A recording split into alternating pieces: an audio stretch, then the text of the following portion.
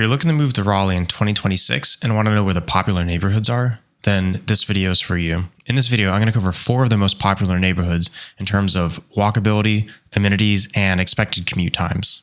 First up is North Hills, also known as Midtown Park.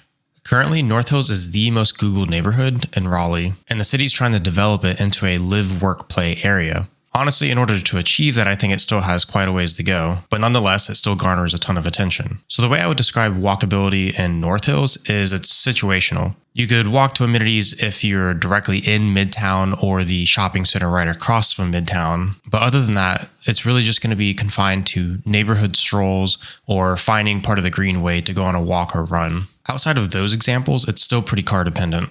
Now, amenities is where North Hills is getting a lot of attention. The most obvious being the North Hills Shopping Center, where you're going to find plenty of retail stores, for example, big names like REI. And then in Midtown itself, there's going to be plenty of restaurants, boutique shops, coffee shop. There's a massage parlor, Orange Theory Fitness, a Sky Bar, and so on and so forth. One notable mention here is Tamasha Modern Indian, which was featured in the 2025 Michelin Guide as a recommended restaurant. And then lastly is Midtown Park itself, which is a pretty small green space, but they still host a lot of events there nonetheless. Last year, one of the more notable ones that I went to was a music festival, and every single week they have different artists, and it goes on for about a month. And for our last category, commute times, you're looking at a 15 to 30 minute drive if you're working within Raleigh. If you work in the Durham or Chapel Hill area, you're probably looking at more like a 45-minute drive with traffic. If you're driving out there on the weekends, you could get to Durham in like 20 minutes, but the highway gets pretty backed up during rush hour. Our next neighborhood is Oakwood. Oakwood is most known for the historical part, known as Historic Oakwood.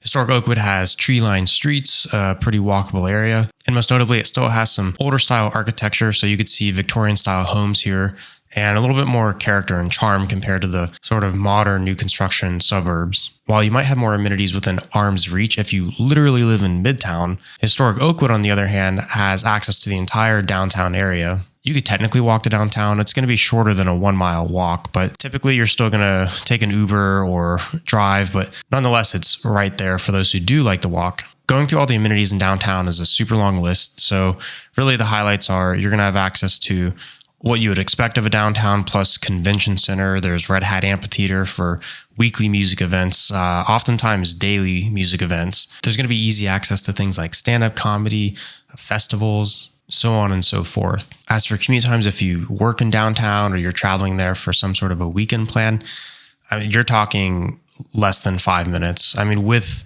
the heaviest of traffic, it's probably going to be 5 minutes. You're also about 5 minutes from the 440 Beltway, so you can get around Raleigh or connect up to Durham pretty easily.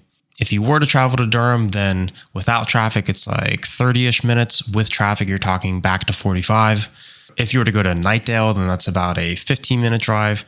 Wake Forest with super heavy traffic could take upwards of 30 minutes. And then lastly, in terms of walkability, I forgot to mention, it's pretty common to see people taking strolls throughout the day, and as long as you're walking through areas with trees, it's actually a little bit cooler during the summer. You also have access to the Oakwood Cemetery, which in spring is pretty cool because they have some cherry blossoms that are blooming. Next up on the list is Five Points. Five Points is popular because it's right outside of downtown, but you really don't get the downtown feel. Now, Five Points has its name because in the center, so where the Hayes-Barton area is literally an intersection of 5 different roads coming together. So that's the defining characteristic of 5 Points. But what makes it popular is that immediately off of that intersection is where all the housing is. So it has really nice housing. Now you're probably going to be a little bit closer together. So for those who prefer 1 acre plus lots, this isn't going to be your spot. But everybody that lives there could pretty easily walk to that 5 point intersection that has all the amenities. Now, because we're talking walkability specifically, besides the neighborhood strolls or walking to that core, besides that, you're going to need a car. As far as amenities in that center area, you're going to see restaurants, bars, there's a Pilates studio, there's a small little theater or cinema, which gets pretty popular. You see a lot of date nights happen there.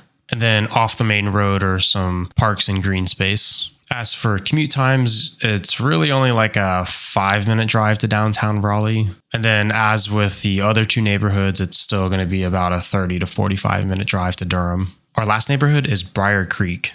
Brier Creek is considered Northwest Raleigh. While it's Northwest Raleigh, this is actually the most central you're going to get when you factor in the triangle as a whole. It's situated right outside of Research Triangle Park, or RTP, which is the research and development hub within the triangle. It's basically the hallmark of the area. And then depending on where in Brier Creek you live, you could get to the airport in 5 to 10 minutes. Now, as far as walkability, there's certain areas where you could do neighborhood strolls, but for the most part, of the 4 neighborhoods mentioned in today's video, this is going to be the most car dependent. Now, of course, they have the greenway, they have parks and areas you could walk in, but you're pretty much not going to be walking to any amenities here. Now, in terms of amenities, it has its own shopping center that has a bunch of retail stores, a Target.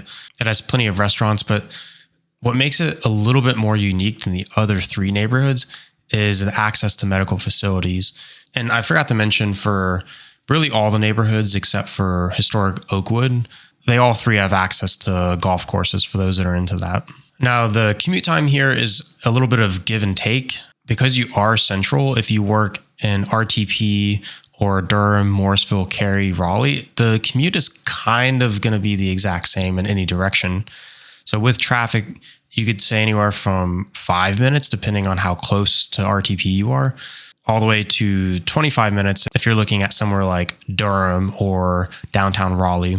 So while you're a little bit further from the downtown areas, your benefit is that if you have friends or family that live spread throughout the triangle, you're pretty much in the most convenient spot.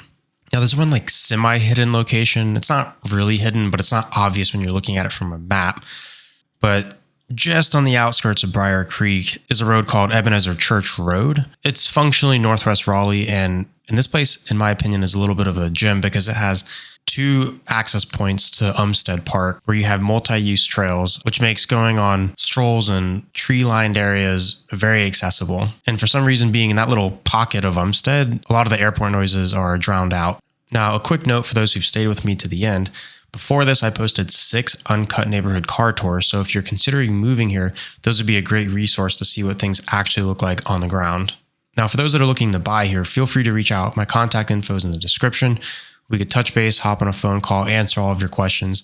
I specialize in out-of-state buyers and veterans and would love to help out. So with that, until next time, thanks.